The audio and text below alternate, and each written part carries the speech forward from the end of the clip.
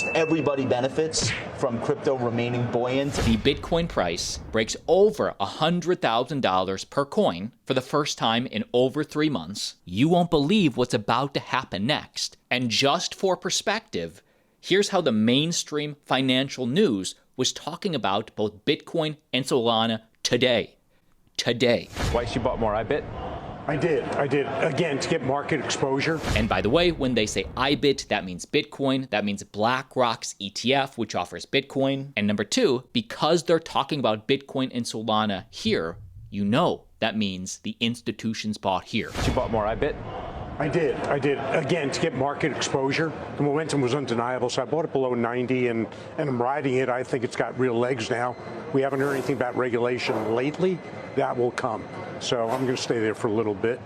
Momentum dies, I'll reconsider. You own it as well, right? 75 basis point position in portfolios. It's really an alpha play. This thing could really start to get going. It's good running into some resistance at the end of January level. The House is moving to pass to vote on a bill about pegging some cryptocurrencies against or stablecoins against the dollar. So that's be interesting to see. But I personally do own some Solana, and if that gets going, I think there could be that's an interesting space. You're going to get a Schwab announcement on crypto and brokerage accounts in the second half of this year. I think that's what they said. That's another tidal wave. So understand where we are in the cycle right now. Because the Bitcoin price didn't drop below $69,000 Bitcoin, because we didn't breach the support level, Bitcoin just put in a higher low, meaning the trend is unbroken and the trend is your friend. Also, Bitcoin is its own best marketing team. Price going up, especially crossing such a psychological barrier again, causes mainstream attention, which brings more awareness, which brings in more buyers, and has a flywheel effect. I mean, we've seen this every cycle. Welcome back. We've got a Bitcoin alert. The cryptocurrency is surging to its highest level in nearly 3 years. So what's actually next for the Bitcoin price? I'll also share with you a clip of an Ethereum holder crashing out in real time. This is crazy. ETH is such a fucking joke. Like, ETH is a joke, Vitalik's a joke, the foundation's a joke, everyone they've hired is a joke. As well as the latest altcoin news. But just in, the OCC, the Office of the Comptroller of the Currency, aka major regulator, says U.S. banks can buy, sell, and custody Bitcoin and crypto for their customers. More than 50 million Americans hold some form of cryptocurrency. This digitalization of financial services is not a trend. It is a transformation. We actually reported the headline of this to you maybe a week ago, 2 weeks ago. But here is the U.S. regulator making this official. Here at the Office of the Comptroller of the Currency, we've confirmed that national banks and federal savings associations may engage in certain cryptocurrency activities responsibly in order to serve their customers. OCC-regulated banks may provide custody services, including the safekeeping and secure storage of cryptocurrencies and other digital assets, all on behalf of their customers. The banks we supervise also may buy and sell cryptocurrencies they hold in custody at their customers' direction. This is the type of thing that the mainstream doesn't really pay a lot of attention to, but the plumbing, the pipes, the foundation of the house is being built with things like this. And then 12 months from now, when there's a little button on your Wells Fargo account or Chase JP Morgan account that just says, do you want to buy Bitcoin in your US bank account? This is the plumbing that allows that to happen. Let's talk about Ethereum and altcoins, because even though altcoins are down significantly in the last multiple years, do the on-chain metrics support a momentum shift? Hit the like button if you're getting value in today's video. And the very last thing I want to say about Bitcoin, actually two things. One of the biggest reasons that the Bitcoin price is rallying today is because of global liquidity. We're tracking M2, global liquidity, almost to a T. And yes, I know what you're thinking.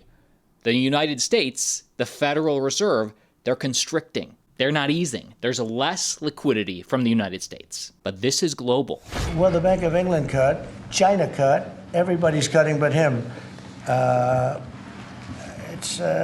don't know. We'll see what happens. It's a shame. And number two, and this largely went unnoticed, Altcoin Daily will report, $2 billion asset management firm Strive CEO explains why their company is adopting a Bitcoin standard. They're there's $2 billion, not all of it will go into Bitcoin, but a percentage they're going to start allocating into Bitcoin. And why this is significant to me is because this mindset, this reasoning on why the CEO is explaining the company's doing this, so many CEOs across the world are starting to have this conversation. I'll keep it more high level because it's hard to almost believe unless you see it. So I want people to see it, but I want to explain the high level of it. So there's an interesting issue in capital markets where many publicly traded companies are actually trading below the net cash that they hold.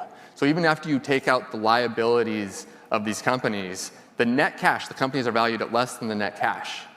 And so Strive sees an opportunity here, multi-billion opportunity, to actually merge those companies into our Bitcoin treasury company and to basically acquire $1 for 90 cents on the dollar or less and use that money to buy Bitcoin in a way that is accretive to the common equity shareholders, right? Because to me, there's not much of a better way that you can accrete value to common equity shareholders than to buy a Bitcoin for 90 cents on the dollar or less. And so that's something that we're actively engaged in right now. Our hope is that we can announce something before the close of our transaction or shortly thereafter, but I think it's a very innovative, repeatable strategy that is a multi-billion-dollar type of opportunity that we're bringing to the table. And again, it's leaning into the finance experience for us as a financial services company. Things that... By the way, great networking opportunity if you want a job in crypto, a job in Bitcoin. The largest crypto conference in the United States is happening in just a few weeks. My brother and I will be there. Use code Altcoin Daily for 10% off your tickets. Link down below. And many of you have been asking me to react to this. This is an Ethereum holder crashing out hard live on camera. This Ethereum holder's name is Gainsey. Let me play you this full 90-second clip, and then we'll react. This is wild. Currency do you think they'll use? Everyone, the Ethereum Foundation is a piece of shit retard. Vitalik literally looks for the most retarded people and then hires them. He's like, are you a virtue signaling retard? You're hired. As a matter of fact, here's the treasury. Give out grants to more retards. Wow, I can't believe ETH is dying. I can't believe no one's using it. ETH is such a fucking joke. Like, ETH is a joke, Vitalik's a joke, the foundation's a joke, everyone they've hired is a joke. Everyone of or relating to it is a joke. The KOLs pushing it are jokes. Bankless fucking joke. Just everyone within ETH, every .ETH is just trash. There's no one that's in that web that isn't just complete fucking trash. And the sad thing is a whole lot of us held, we fucked up, but we own up to it. Like, you're not going to be telling us about ETH and having us defend it. No, there's nothing to defend. We fucked up. Then you have these retarded .ETHs. They will still defend it. They're like, oh, you're funding it.